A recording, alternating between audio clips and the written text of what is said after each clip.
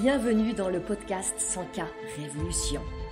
Je suis Anne-Valérie Raucourt, je suis coach et mentor pour les femmes déterminées à développer leur entreprise en quittant les diktats, en affirmant qui elles sont, en faisant ce qu'elles aiment, en vivant plus de liberté et de joie. Ici, nous célébrons la puissance des femmes qui disent oui à leurs talents et les mettent au service d'un business florissant et d'une vie extraordinaire. Ce podcast vous montre comment appliquer les principes de l'énergie, du mindset, de la spiritualité et des stratégies alignées pour créer un succès indécent en partant de vous. Vous allez créer vos premiers 100K par an, puis par mois. Je l'ai fait. Vous pouvez le faire aussi. C'est la 100K Révolution. Bienvenue dans ce nouvel épisode du podcast 100K Révolution. Si vous m'écoutez de semaine en semaine, vous savez que assez régulièrement, les questions de mes clientes, que ce soit mes clientes en individuel ou mes clients dans mon programme 100K Révolution, m'inspirent souvent des épisodes du podcast. Et c'est le cas pour cet épisode. Pour commencer, merci à elle, merci à vous. On y va. Il y a une question qui revient assez souvent. Et elle prend diverses formes. Elle va se présenter par exemple comme je ne sais pas quel titre me donner, quelle offre lancer, quelle niche choisir, quel prix définir, quelle plateforme utiliser. Ou encore, je ne sais pas si je dois commencer par ci ou par ça, je me demande quelle est ma prochaine étape, je suis perdue, je me sens coincée, etc., etc. J'imagine qu'il y a certaines de ces questions qui résonnent pour vous. Ici, il y a une croyance sous-jacente qui n'est pas exprimée mais qu'on peut ensemble aller déceler. C'est celle-ci. Elle dit « Je crois que c'est compliqué. Je crois que ça ne peut pas être simple. » Et là, moi, j'ai envie de vous offrir, et c'est la thématique de cet épisode du podcast, cette question en réponse. Et si c'était simple? Oui. Et si ça pouvait vraiment être simple? Et quand je vois mes clientes dans mon accompagnement 100K Révolution qui viennent en coaching avec toute cette série de questions qui montrent à quel point elles se créent de la confusion en s'empêtrant quelque part dans les filets, dans la nasse de la complexité, j'aime les ramener à la simplicité. Et c'est mon intention dans cet épisode du podcast de vous montrer à quoi ça peut ressembler la simplicité dans votre business. Là, vous êtes en train de m'écouter. J'imagine qu'il y a peut-être une partie de vous qui dit « Ah ouais, ça serait tellement bien si c'était vraiment simple. Ça serait tellement relaxant. Ça serait tellement détendant. » Et en même temps, il y a une autre partie de vous qui réplique « Non, c'est pas possible. Ça n'existe pas. Le business par nature, c'est compliqué. » Et qu'est-ce que ça nous montre, cette espèce de conflit intérieur? Ça nous montre que simple, c'est pas si simple. Et si on regarde cet adjectif simple, en lui-même, il est assez fascinant. Il y a une partie de vous qui le veut. Vous voudriez que ce soit simple, élémentaire, facile, fluide, léger. Parce que si vraiment c'était comme ça, vous gagneriez du temps, vous auriez moins de problèmes, moins de soucis, vous dormiriez mieux la nuit. Vous pourriez vous amuser à faire plein de choses que vous adorez dans vos journées, vous ressentiriez plus de joie. On est bien d'accord. Alors pourquoi c'est pas simple? Parce qu'il y a une autre partie qui ne le veut pas. Sans doute parce qu'elle ne le croit pas. Allons voir pourquoi il y a cette résistance. Je crois que en vous laissant croire que ça va être vraiment compliqué, que ça va être difficile, dur, laborieux, votre cerveau, on est d'accord, il est toujours pétri de bonnes intentions. Il veut vous préparer au pire. Enfin, il croit que ça va vous préparer. Seulement, vous le savez, cette stratégie, elle est contre-productive. Parce que quand vous croyez que ça va être compliqué, dur, difficile, laborieux, comment est-ce que vous vous sentez? J'imagine que vous vous sentez plus découragé que motivé, plus stressé qu'inspiré, plus angoissé que joyeuse. Et quand vous partez d'un état interne de découragement, de stress, d'anxiété, c'est pas là que vous allez poser des actions fertiles, fécondes. En plus, ça va être difficilement tenable sur la durée.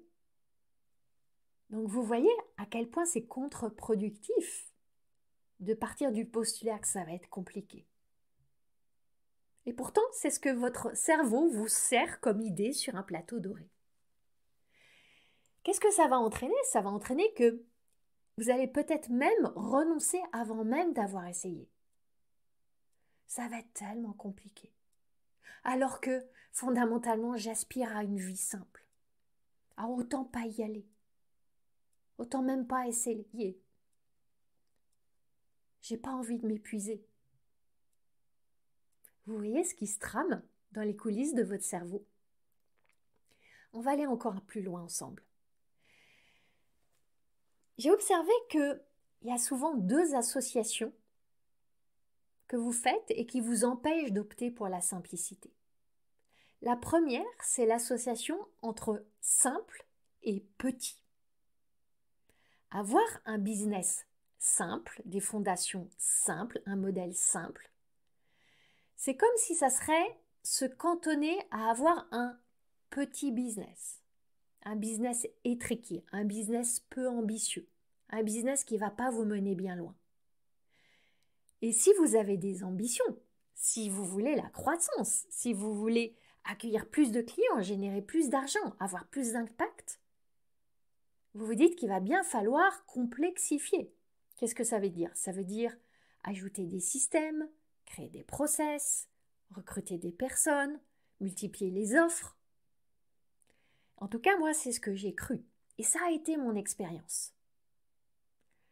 Qu'en 2020, j'ai vraiment pris la décision d'accélérer le rythme de croissance de mon entreprise. Je voulais vraiment doubler, tripler mon chiffre d'affaires. Pour moi, la voie naturelle, c'était de créer de la complexité. Et j'ai créé énormément de complexité. Bien plus que je ne croyais que j'allais le faire et bien plus que je n'étais en mesure de l'accepter, de le supporter, dans le sens de le supporter, le porter. Je ne pensais pas que c'était possible de faire autrement. Pour moi, croissance égalait complexité. Grand business égalait complexité. Et j'avais pas de modèle de business simple, léger et qui générait beaucoup de chiffre d'affaires. Ou en tout cas, j'en voyais pas à l'époque. Vous savez à quel point nos cerveaux nous donnent à voir ce qui va aller dans le sens de notre croyance. C'est ce qu'on appelle les biais de confirmation. J'étais en plein dedans. Donc, très rapidement, j'ai créé des tunnels, j'ai investi massivement en pub Facebook. À l'époque, j'étais seule avec une assistante. Très vite, je suis montée à 10 personnes en quelques mois. J'ai créé des systèmes, j'ai créé des process, des automatisations. J'ai plongé dans la tech. J'ai créé une grosse machine. Une machine tellement lourde pour moi. À porter, à traîner, à manœuvrer. J'avais perdu l'agilité, la légèreté, la souplesse et la liberté. Et j'y reviendrai tout à l'heure sur le mot de liberté. Donc, vous voyez, très souvent, vos cerveaux vont associer simple et petit. Et vous faire croire que si vous voulez grandir, il va falloir lâcher la simplicité. Et si c'était faux? Et je vais vous dire après pourquoi. D'abord, je vais aller à la deuxième association que fait votre cerveau.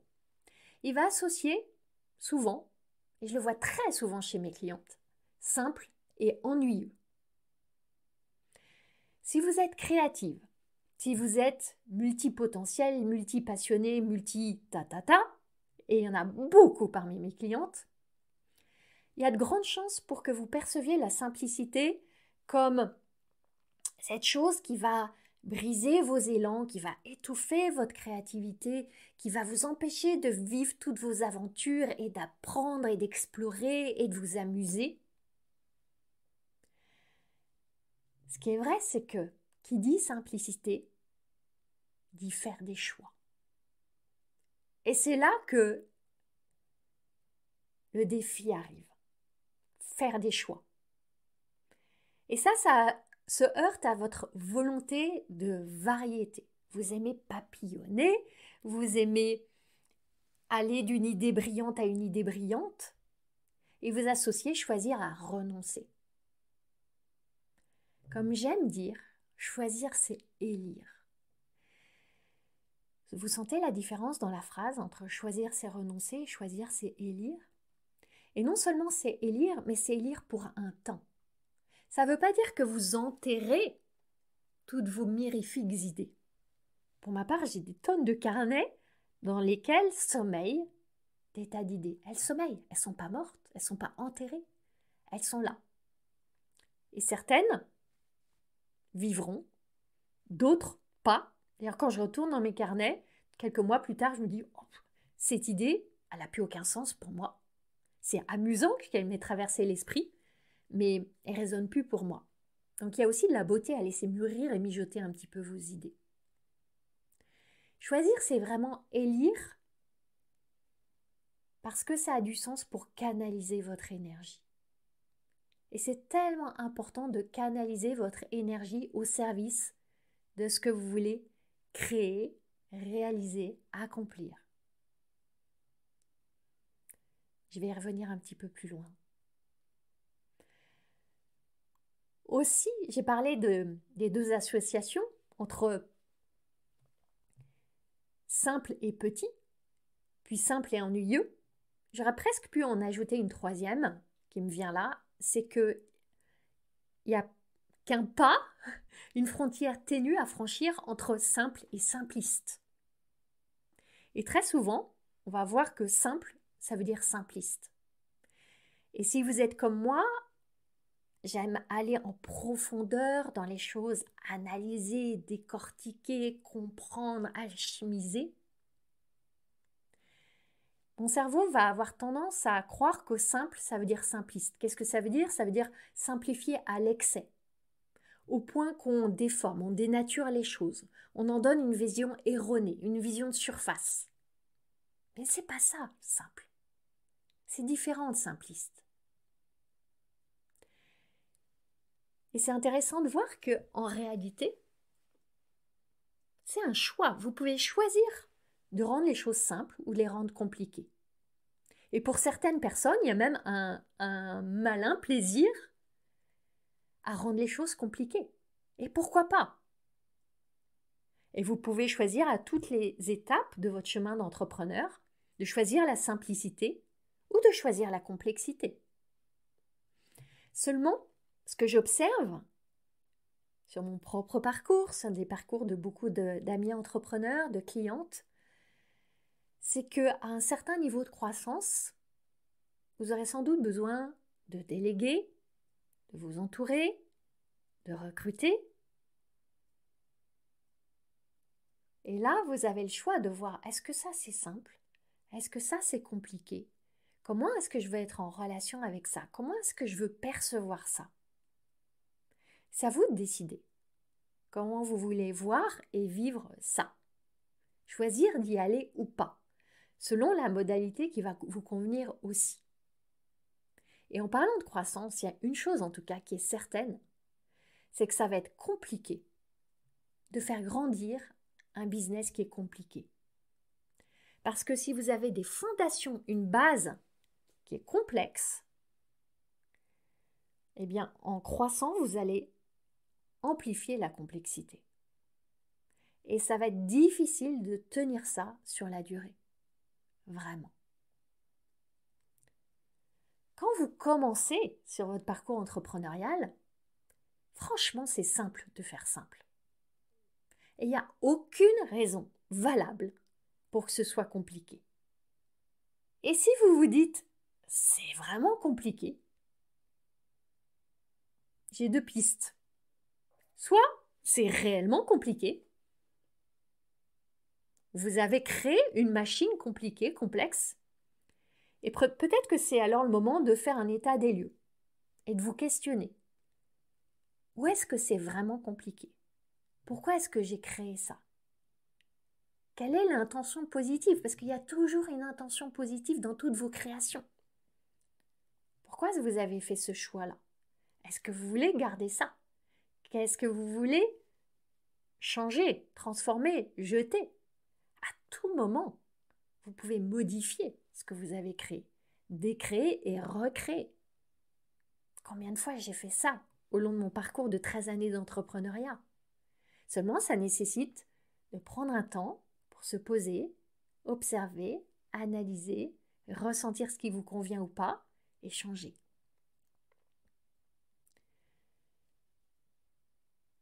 La deuxième piste, quand vous vous dites c'est compliqué, c'est peut-être que c'est simplement une pensée ou un ressenti que vous avez. Vous vous dites que c'est compliqué. Mais peut-être qu'une autre personne qui observerait votre vie, votre business, la manière dont vous le menez jour après jour, peut-être qu'une autre personne se dira « mais non, c'est pas du tout compliqué ». Alors pourquoi est-ce que vous choisissez de croire ça? En quoi est-ce que ça vous sert? De quoi est-ce que ça vous protège? Vous voyez, il y a toujours des questions puissantes à se poser pour aller voir ce qui se trame et changer les choses. Maintenant, à quoi est-ce que ça peut ressembler vraiment un business simple? C'est très simple. Vous créez une offre, qui peut être un produit, un service, peu importe. Une offre. Vous rencontrez des personnes, vous leur parlez de ce que vous faites et vous leur présentez votre offre. C'est aussi simple que ça. Et vous entendez bien, j'ai parlé d'une offre. Et ça, c'est très souvent un défi pour les entrepreneurs, les créatifs qui ont envie juste de créer et qui créent, mais qui ne vont pas rencontrer les personnes, leur parler de ce qu'elles font et présenter leur offre. Et c'est un défi aussi pour celles qui vont créer une offre, commencer à rencontrer, commencer à en parler, commencer à présenter. Et qui vont recevoir 3, 4, 5 non ou un silence et qui vont se dire mon offre ne marche pas et qui vont repartir en processus de création d'une autre offre.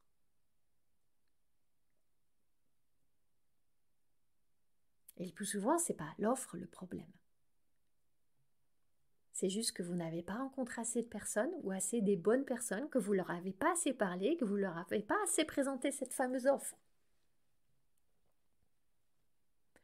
Maintenant, j'ai envie de vous présenter 3 choses qui vous éloignent de la simplicité.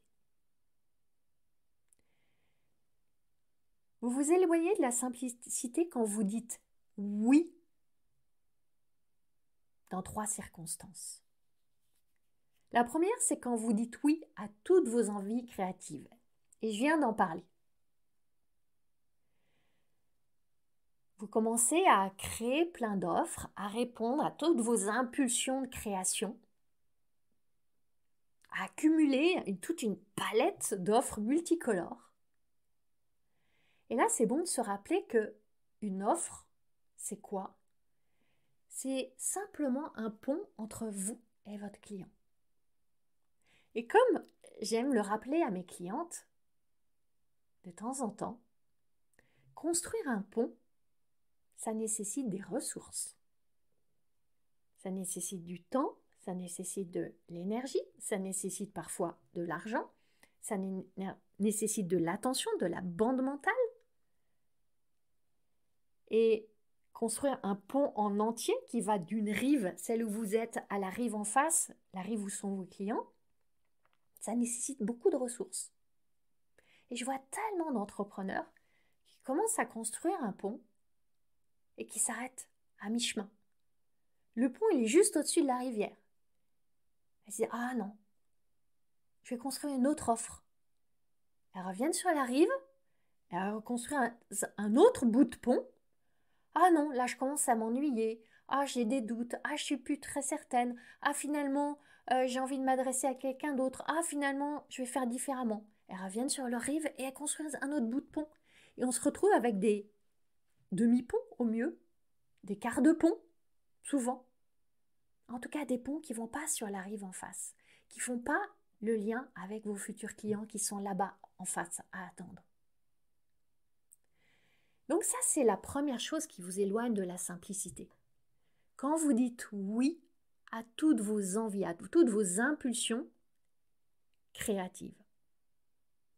Avec cette conscience aussi que très souvent, ces envies et ces impulsions sont des formes de fuite, d'échappement, face au fait que quand vous allez arriver sur la rive en face, que vous allez être face à face avec ce futur client, ça va être le moment de vraiment lui présenter votre offre. Autrement dit, on va sortir le gros verbe « vendre ».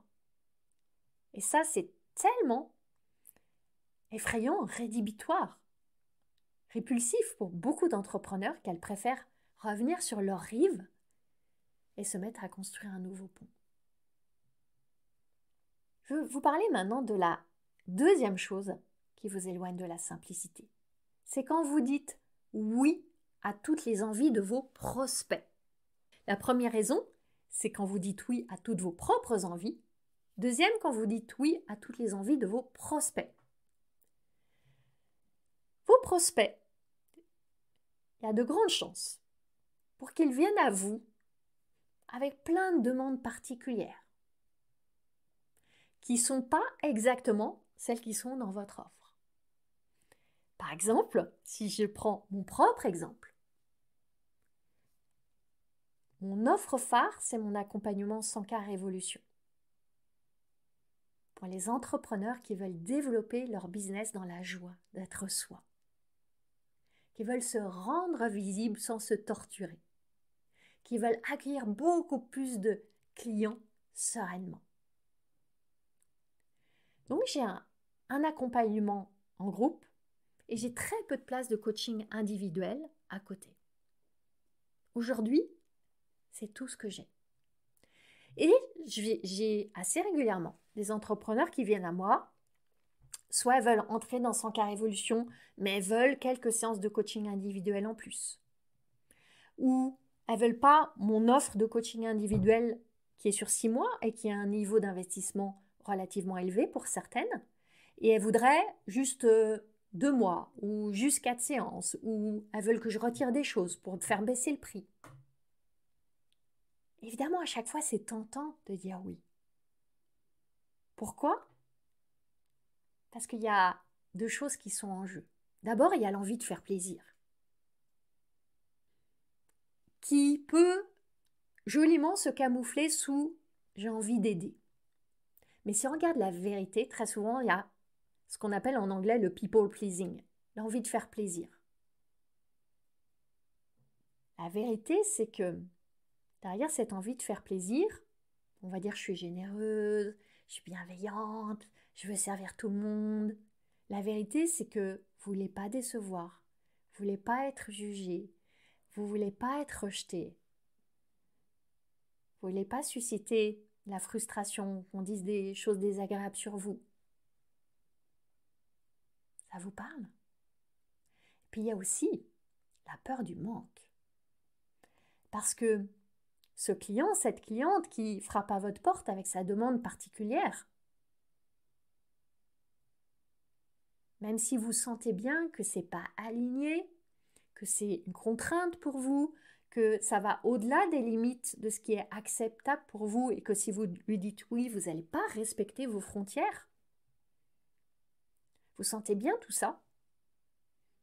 Et en même temps, vous vous dites, bon, c'est quand même un client, et un client, ça ne se refuse pas, et j'en ai pas tant que ça, donc allez, je vais faire une exception. Très souvent, cette énergie, cette peur du manque vous amène à prendre des décisions qui ne sont pas alignées avec ce qui est vraiment juste et joyeux pour vous dans votre business, dans votre maison. Donc vous voyez à quel point en disant oui à toutes les envies de vos prospects, vous allez commencer à vous éloigner de la simplicité en faisant des exceptions. La troisième chose qui vous éloigne de ce bel adjectif simple, c'est quand vous dites oui à toutes ces sollicitations qui viennent à vous, de partenaires, de collaborateurs, ce projet juteux qu'on vous amène, cette opportunité savoureuse qu'on vous présente.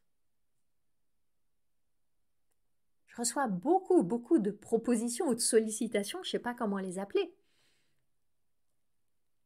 Et j'ai appris à ce que la très grande majorité de mes réponses soient non.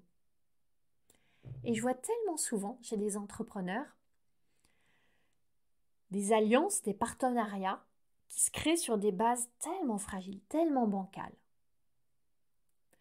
Je pense notamment à ces partenariats que je vois entre des coachs, des consultantes, où elles s'allient pour la joie de créer ensemble, de se soutenir, de vibrer sur un projet commun.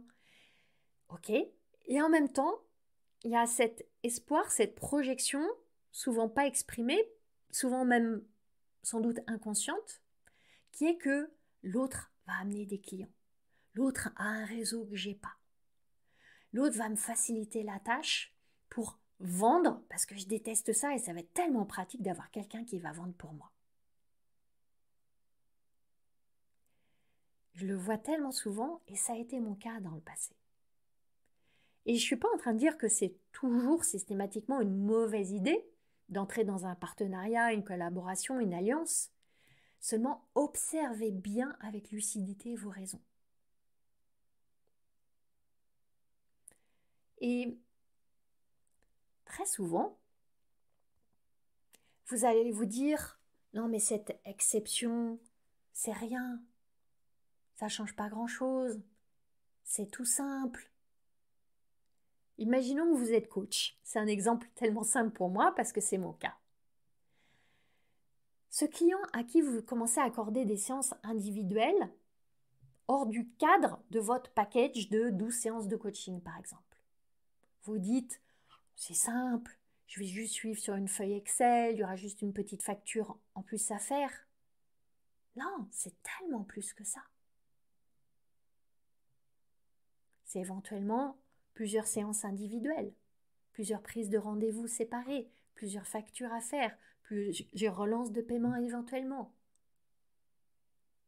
Un suivi entre. Imaginons un autre client qui vous demande de vous rencontrer en présentiel, alors que votre proposition normale, c'est uniquement de faire des sessions sur Zoom. Vous allez faire une exception en disant « Oh, c'est rien, juste une petite entorse, et puis c'est sympa aussi. » Seulement, il faut que peut-être que vous trouviez un lieu pour ce présentiel, que vous le réserviez, que vous envoyiez l'adresse, que vous payiez le lieu, que vous vous déplaciez. C'est du temps. Et le temps, c'est votre plus précieuse ressource. Ou encore, autre exemple, vous avez une offre qui est exclusivement en groupe et vous avez des personnes qui vous demandent de faire de l'individuel en plus de ci, de là. Ça m'arrive. Vous dites « Ah, ça leur fait plaisir, je vais mieux les accompagner, ça va être plus puissant. » Ok, mais regardez tout le travail, tout le temps, tout l'administratif, tout le suivi en plus. Ou peut-être que on vous invite pour participer à un sommet virtuel. Et vous vous dites, oh, c'est rien, c'est juste 1 heure de mon temps, je vais faire l'interview. Et puis voilà, basta, c'est plié. Non, non, non, un sommet virtuel, la plupart du temps, on vous demande de vous engager, de communiquer, d'envoyer 2 mails à votre communauté, de publier sur les réseaux sociaux, de partager, de participer ensuite à une réunion de bouclage, etc. C'est pas juste 1 heure d'interview. Et vous voyez, d'exception en exception, subrepticement, vous sortez de votre sillon. Vous vous éloignez de la simplicité. Et quand j'observe ça chez mes clientes, et qu'elles arrivent tout feu tout flamme en disant j'ai envie de lancer une nouvelle offre, j'ai cette demande, je vais dire oui, j'ai envie d'accommoder cette cliente avec sa demande spécifique. Si je leur demande pourquoi est-ce que tu veux compliquer comme ça ton business, la réponse, le plus souvent, ça va être non mais c'est pas compliqué, c'est rien. Bien si c'est compliqué. Ça complexifie concrètement et mentalement. Prenez bien ça en compte. Donc vous voyez, pour résumer, vous avez à faire face à 2 formes de résistance anti-simplicité, si je peux les appeler comme ça. Les résistances qui viennent de vous et les résistances qui viennent de l'extérieur. Vos clients, partenaires et autres. Et on peut appeler ça des distractions. Choisir de rendre les choses compliquées, c'est simplement une distraction. Et quand vous avez pris conscience de ça, vous avez déjà fait un grand pas en avant. Et l'étape suivante, ça va être d'adopter des pensées, des croyances, un état d'esprit qui vont vous réorienter vers la simplicité. Et ensuite, de poser des actions alignées avec ces nouvelles décisions. Parce que je vous le rappelle, et c'est important, la simplicité, c'est un choix. Est-ce que vous voulez vraiment que ce soit plus simple ? Si oui, pourquoi ? Si non, pourquoi ? Parce que chaque décision que vous prenez dans votre business, elle a le pouvoir d'introduire plus de simplicité ou plus de complexité. Elle est là l'alternative. Et je veux ramener ça à un mot qui m'est tellement cher, qui est la liberté. Si vous êtes comme moi, vous aspirez à la liberté. Maintenant, à votre avis, est-ce que la simplicité vous rapproche de la liberté ou vous en éloigne ? Est-ce que la complexité vous rapproche de la liberté ou vous en éloigne ? Quand vous aurez votre réponse et quand vous sentirez une résistance à la simplicité, quand vous aurez cette irrépressible envie de dire oui à vos papillonnements, à ce client, à ce projet, à cette idée, prenez un temps. Est-ce que c'est un petit oui ou un grand oui ? Est-ce que c'est un oui venu du manque ou un oui qui émerge de l'abondance ? Est-ce que c'est un oui de l'ego ou un oui du cœur ? Parce que ce oui, il y a de grandes chances qu'il ajoute une couche de complexité dans votre business. Peut-être c'est ce que vous voulez, et c'est OK. Pour ma part, je vous l'ai dit, je m'étais beaucoup éloignée de la simplicité et j'y suis revenue. J'y suis pas complètement établie parce que j'ai toujours ces élans à ajouter des choses compliquées et du plus et du plus et du plus. C'est vraiment une vigilance de chaque jour quasiment.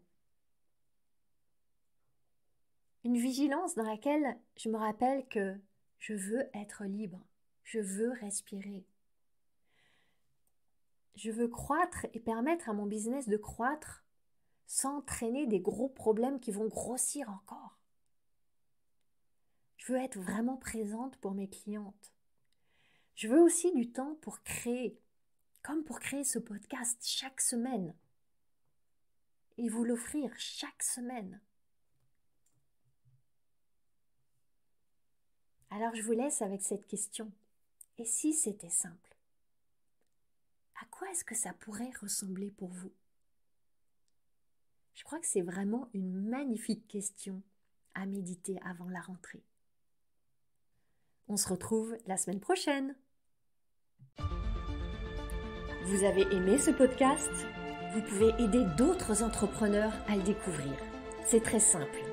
Vous laissez une note et un commentaire sur votre plateforme d'écoute préférée. Vous pouvez aussi partager le visuel ou une capture écran en me taguant sur vos réseaux sociaux. Un immense merci.